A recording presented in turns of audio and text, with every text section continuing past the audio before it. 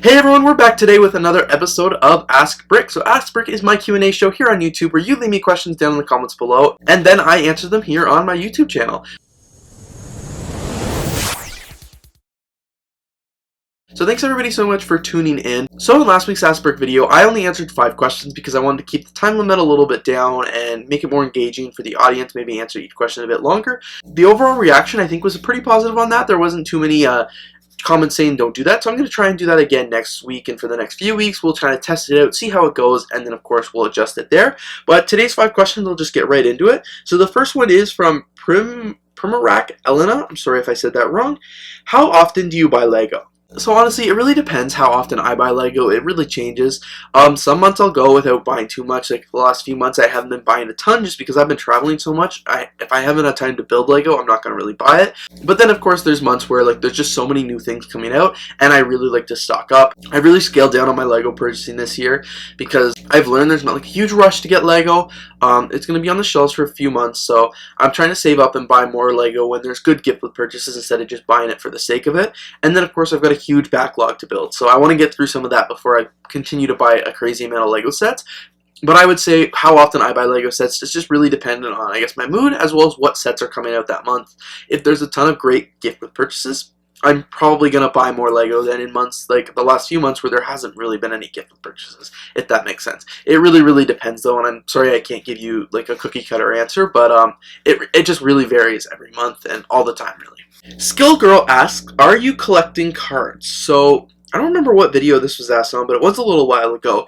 I'm assuming she means Lego trading cards. But yeah, I do have a little small collection of them. I'll grab them and show you. So here we go. I haven't actually held this book in a really long time, so thank you for asking this question. It'll give me the opportunity to kind of go down memory lane because I was so proud of this book a few years ago. But this is basically the book where I keep all my custom Lego products. So you know, anything like GI Brick with Brick Arms, Clone Army Customs, Minifig Leaves, Brick Warriors, like all of these products I like to keep in this binder, as well as Lego trading cards. So I haven't done a video about this book in a really long time, so I imagine a lot of my subscribers have never seen it, but I'll definitely consider doing a video on it if that's something that would interest you. But I've got everything labeled, and I don't really collect a lot of third-party customs anymore. I used to order from GI Brick like there was no tomorrow, but I do collect some Lego trading cards. It's going to be kind of tricky to show these off because of the glare, obviously, with my studio lights, but these first few cards are called Funky Figs. They used to be for the Brick Builders Club, which is a Lego subscription service that was no longer around. I used to pick these up at Philly Brick Fest because I was never a subscriber to that, but I also got a lot of trading cards from different YouTubers and things like that. I thought they were really cool. Funky Figs. These are like Lego animated designs, as you can see. But there was a few designs there. I picked those up at a variety of Philly Brick Fest. I only have 2 sheets of them, so not a crazy amount.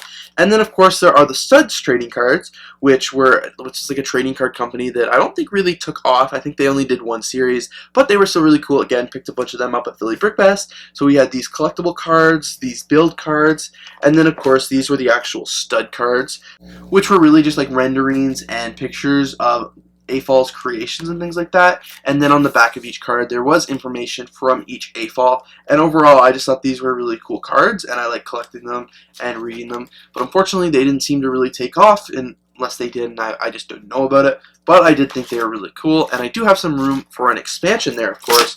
These both these brands I thought were really cool, and I actually have the Lego Movie 2 ones that I forgot. I thought they were in this book, but they're not. Big fan of this book. I really love it. Again, let me know down in the comments below if you want to see a full tour of it. But then, of course, I do have the Lego Movie 2 trading card books.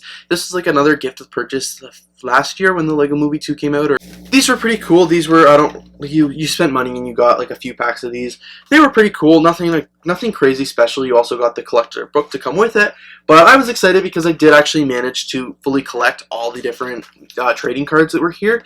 So I have a nice full set and then a ton of duplicates. I really should go through them and see if anybody else needs a complete set or anything like that and send those out to them, do some trades. To complete my collection, I actually did do some trades with these. You can nail them out for really cheap, and I had a couple subscribers help me out as well when I posted which ones I was missing, so I'm really excited to have completed that whole minifigure series. It's a good thing I'm only doing 5 questions because that one definitely went over my time a little.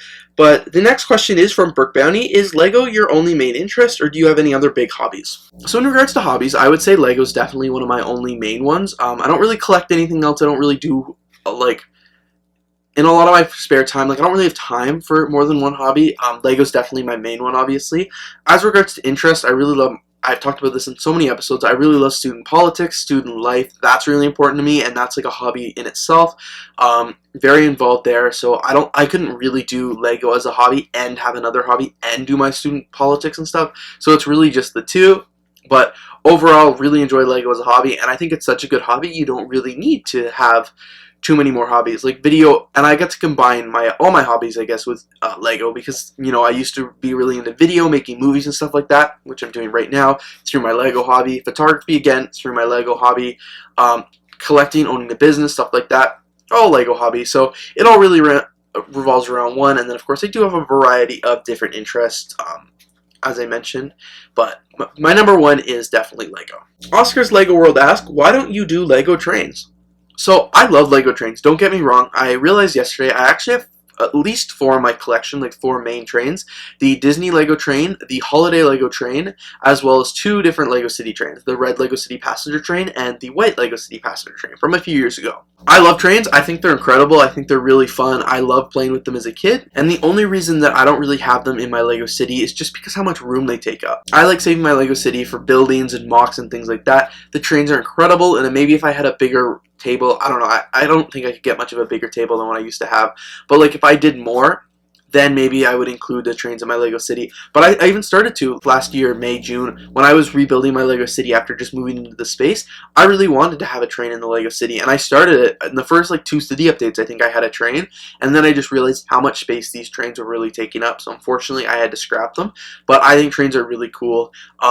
I want to collect more. Of course, I love the trains. I want to collect as many as I can, but it's just really hard to justify considering I don't put them in my Lego City or anything like that. So I have 4 trains. They're all on just my shelves in the other side of the studio, but they're really cool. I like them. I just, unfortunately, I'm not a huge collector of them because they take up a lot of space, and I don't have a proper setup to run them. I'd love to have them like run around the room on like the ceiling or something like that. I've seen people do that. I can't drill into the wall. I can't make holes in the wall, so I'm limited on doing that. But I think trains are really cool, and I would do them if I had the space. And the next question is from StealthCow22. Will you buy the Disney train station? So that's very coincidental, actually. These were asked on the same video. But yes, I do have the Disney train station. I got that for Christmas. Very, very cool set. It's on display on the other side of my Lego room. I don't think I've ever shown it in a video except for in my Lego Christmas haul, so that would make sense why Stealthy Cow may not have seen that. But yeah, I did buy that set. It's a really cool set. If you haven't already bought it, definitely check it out. The build was a lot of fun. The train station is really cool. And overall, just a great set. Go Lego trains. So that brings us to the end of this week's episode of Ask Brick. Thank you all so much for your questions. I had a lot of fun answering them this week. A lot of fun going down memory lane, especially checking out my trading cards and all my third-party Lego customs. But overall, just very cool. So thanks again for watching. If you enjoyed this video, please don't forget to like, comment, and of course subscribe. Looking forward to seeing you in next week's Ask Brick episode. And please don't forget to leave your responses to either these questions or even new questions with the hashtag AskBrick down in the comments below. Thanks so much for watching, and we'll see you next week.